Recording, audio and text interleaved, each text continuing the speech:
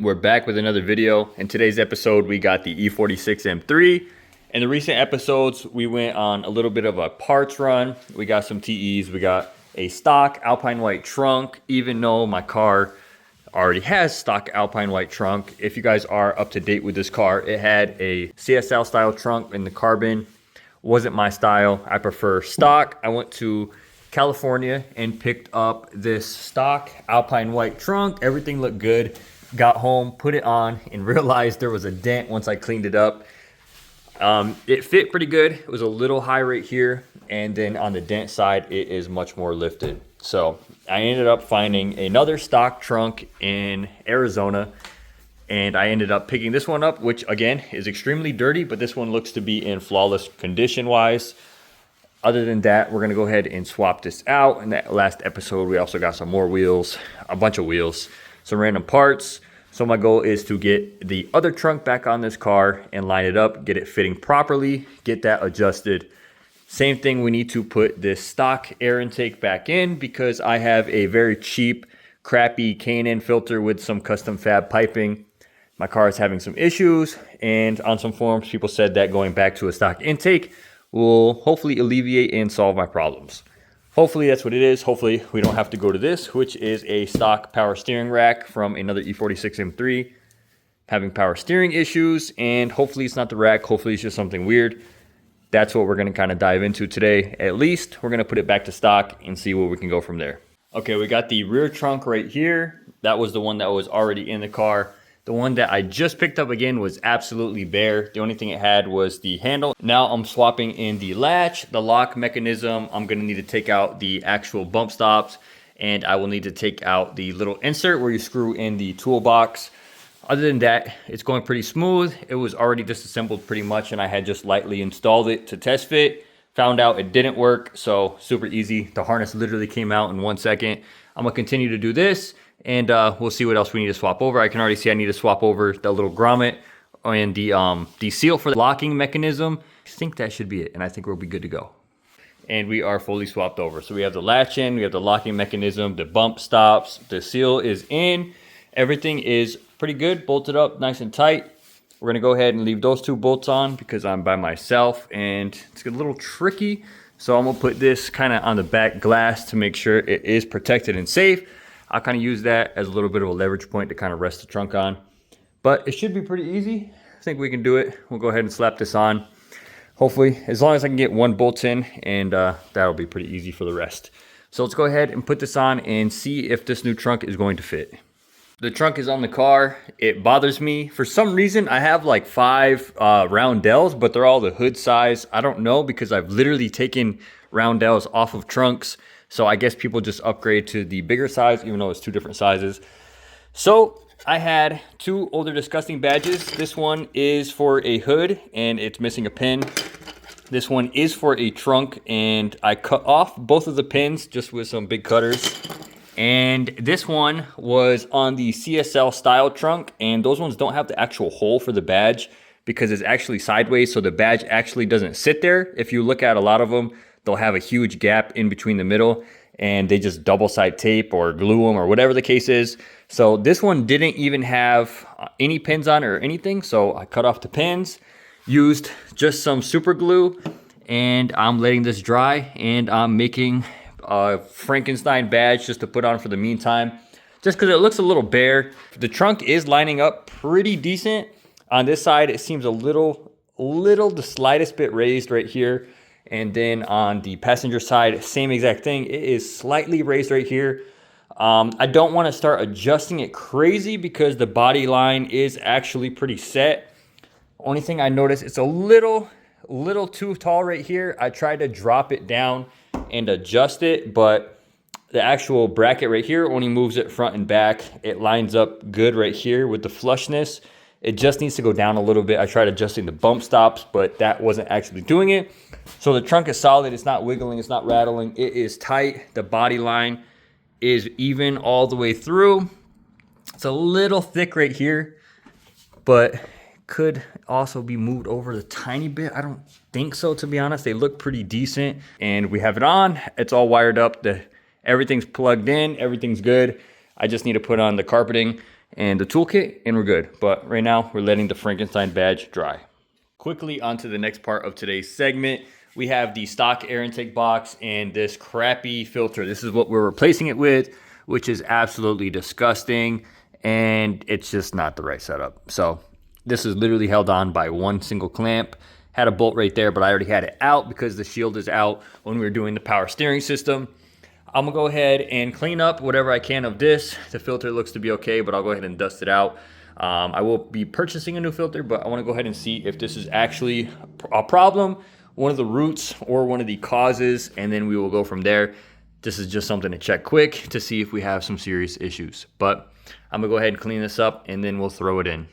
Putting the stock air intake box on has deemed itself a challenge for literally no reason. I don't know if I'm having a sped moment or what, but god damn, this shit does not fit. And there's so much extra wiring here because the ricer before me literally plugged in so much extra shit. So there's like 3 different things for the corner lights to work.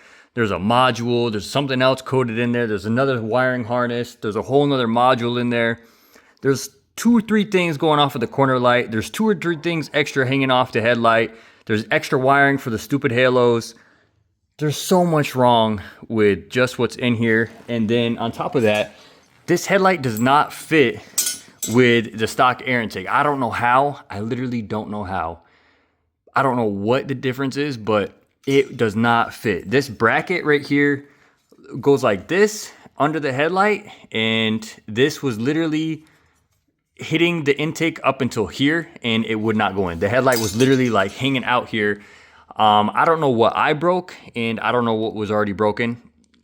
Basically everything in here is pretty much broken.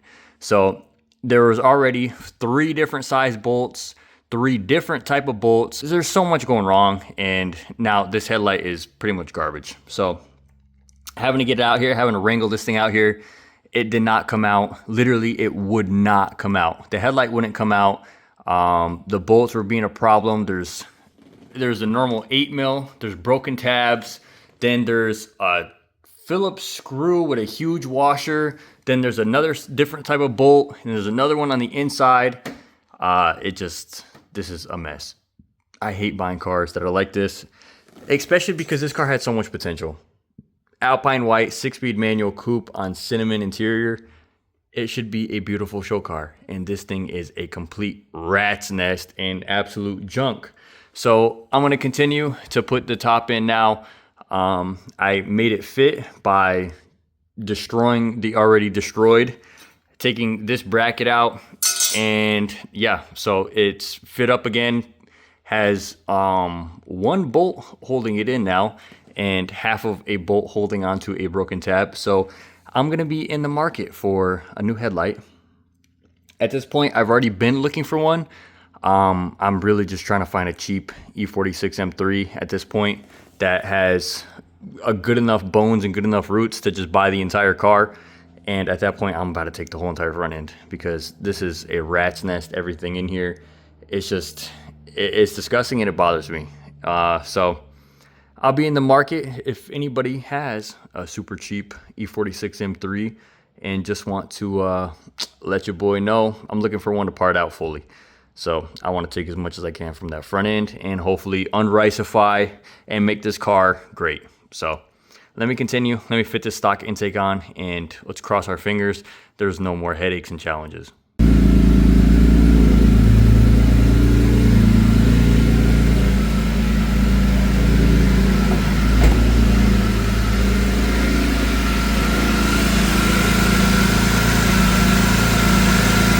We're on a test drive in the E46 right now. I did a couple U-turns to see what it would do. Before, if I'm off throttle, it would basically stall out and just completely cut power to the car. Like literally, it would be the equivalent of, I don't know, honestly. It felt like you lost an alternator and you try to steer and the car just shut off. That's the equivalent of what it was doing. So it could be I thought it was power steering because it was only wind turning and it would only be, I swapped wheels from an 8.5 with a 235 tire to a 10-inch rim with a 275, and I was like, okay, it's weight related as well, so it's got to be just power steering. I checked the fluid reservoir and it ended up being pretty low, so I was like, okay, I just assumed they probably burned up the pump because there's not enough fluid in there, and just running it like that over time just ended up burning up the pump. That's what I figured. So I ordered the pump. It was like $600 worth of parts. Replaced the pump. It literally got worse. It felt like something was completely wrong. The fluid didn't get sucked down like it was normal. So okay, I assumed there was a clog in the line or something blocking the actual fluid from circulating through the pump. I did my research and people said that it was the check valve, and someone else said the exact same issue. Check valve was blocked. That little ball that floats up and down it and allows the fluid in or out, that actually got stuck somewhere and it wasn't allowing the fluid to circulate. So okay, I changed the check valve on the power steering rack. Again, literally nothing. Yeah, it's gotta be something, man. I don't know. This car is this car's playing games with me. But the car feels like it has good power. It doesn't cut out on power. It doesn't do anything weird until you start turning or the car gets hot. The shifter is terrible. But I don't know, it has me puzzled because it seems to be voltage or steering related. So I ordered the power steering rack and I have it sitting in the box from a stock E46 M3 with lower mileage. They got parted out. So I don't know if that's the next case, but I don't want to do all that work just for it to not help anything. So I did a research again, and people were saying that it was the K&N air intake that was full of oil, and it gets all over the MAF, and then when you're turning the wheel, it's not signaling to bump up the RPMs, and that's what's causing the car to stall out, which would seem pretty reasonable because it doesn't up the RPMs when you turn, and it kind of stalls out. It doesn't ever really bump up. And then before that, you could tell that it was pretty rough. So I'm not really too sure. It seems like there's multiple things going on, and I want to get this car figured out because I want to drive this car and I want to enjoy it, and I would like to focus on other areas of the car and get this car running up to date and up to speed properly. So I'm not too sure what the next move is. I kind of want to get some other people's opinions or get a real good diagnosis, because it could be wiring related, it could be power steering related, it could be voltage related, it could be an infinite amount of things, because it's just a weird glitchy bug that just kind of occurred. This car drove literally 10 hours home, and now I got it home and now it's giving me problems. So it's got to be something weird. It's got to be something that I'm not thinking about, or something that just isn't very common. Oh my god, this is why you can't have nice things in Vegas, man. I can't get a win. I just want a nice normal day. Haven't had one of those since I was 6. Even then I don't think I had one. At this point I really think I should just find an entire car and just take everything that I possibly need for this car and part out the rest. I want to find something that's cheap enough to kind of validate. I don't want to spend, you know, almost 10 grand on a car that I'm gonna take quite a bit of goodies from and then be stuck parting out the rest with the space and the time and the efforts and not make any money. So this car is a piece of junk, guys. I'm trying to make some good videos on this car, but this thing does not cooperate. I have quite a few things saved in my phone from the random times I've worked on the car. I have a little bit of an update for you, and we still need to do 1 or 2 more things. So in the previous clips that you're gonna see, we went ahead and put the stock Alpine white trunk back onto the car. Everything is lined up perfectly. I had a little bit of a problem aligning it the last time. It just ended up needing to be that latch be lowered a tiny bit. So now the trunk fits flawlessly, and we have this trunk back onto the car. I didn't think it would be a problem. I didn't even come to this conclusion, but I took it to my friend, and he actually took the plenum off, and we looked inside in the throttle body blades and the housing, and inside the housing was completely caked up with oil, dirt, and grime, and it was absolutely disgusting. We cleaned it off with some brake cleaner, got everything situated, got everything back into the car, and I don't think the car has done it since. And actually running the car seemed a lot better, seemed healthier, seemed a little happier. We ended up resetting all the adaptations for the throttle bodies, that car adaptations, all the values, just basically reset and relearned everything as we went. So now this car is doing pretty good. I haven't driven it since, so crossing my fingers hoping that was the fix, but I'm pretty confident that it was. The new trunk on the car looks absolutely amazing. That carbon diffuser that we have in the back is pretty cracked. And I ordered this on eBay. Somebody had this on eBay for like $250 and like $60 or $70 shipping, which was crazy. I ended up lowballing them at like 60 bucks and they took it and shipped it. So I think it was like 130 after shipping. We'll come show you the crappy carbon diffuser one that's here. Let's see if you can see it. Yeah, you can see it is pretty destroyed. It doesn't really clip in, and the clear coat was basically all the way gone. So let's go ahead and swap that over and get the rear end of this car back to stock. I did buy corner lights for the car because it has these ugly LED ones. I just bought the as close to OEM as I could because I think OEM is like together it's like 150 bucks for corner lights. So I ended up getting those on eBay for like 30, 40 bucks, and they're as close to OEM as you can get. I went to swap these out, but of course, them being aftermarket and Rice Rocket, and it no longer just uses the normal click and turn in bulb. So that's gonna have to be rewired and figured out. We have officially test fit the wheels. M5 looking terrible after the rain. These are not it. Unfortunately, it just looks way too tiny. These are 18 by 9.5. It looks good. It has so much potential. It looks fantastic, but it's just too small. Again, the car needs to be lowered. The car needs to be actually kind of set up for this. But the wheels, I need like 18 by 10. It has a pretty fat, like 20 mil, 25 mil spacer. The wheels look great. This color combo actually works. They're just not aggressive enough, unfortunately. They even have 265 tires. I think just the offset is just wrong. Or we just need 18 by 10, 18 by 10 and a half. I literally always thought people were crazy for running like 10, 10 and a half, but I guess not. We officially need some more aggressive wheels, but again, it looks great on camera, but this is just not, it's just too little. The wheels are way too small, but it looks sick.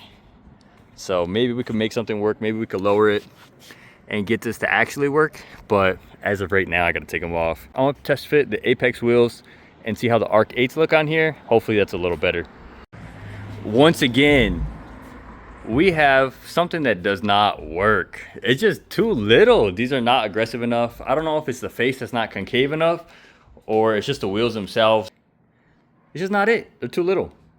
Paquito wheels, no mas. It looks great. The colorway actually looks fantastic. I get rid of that stupid hood. This car, again, needs to be slammed to fit these. I don't have an aggressive spacer on either side, but again, it's just not aggressive enough. So I think I have to say it's probably the offset, because a 10 in the front looks insane on this car, and I put a 10 on the M5, and again, it looked insane, but also has a little bit bigger tire.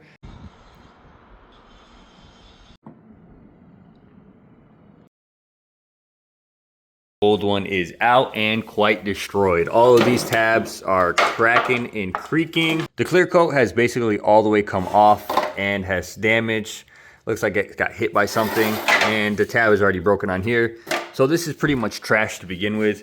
Had no business being on the car.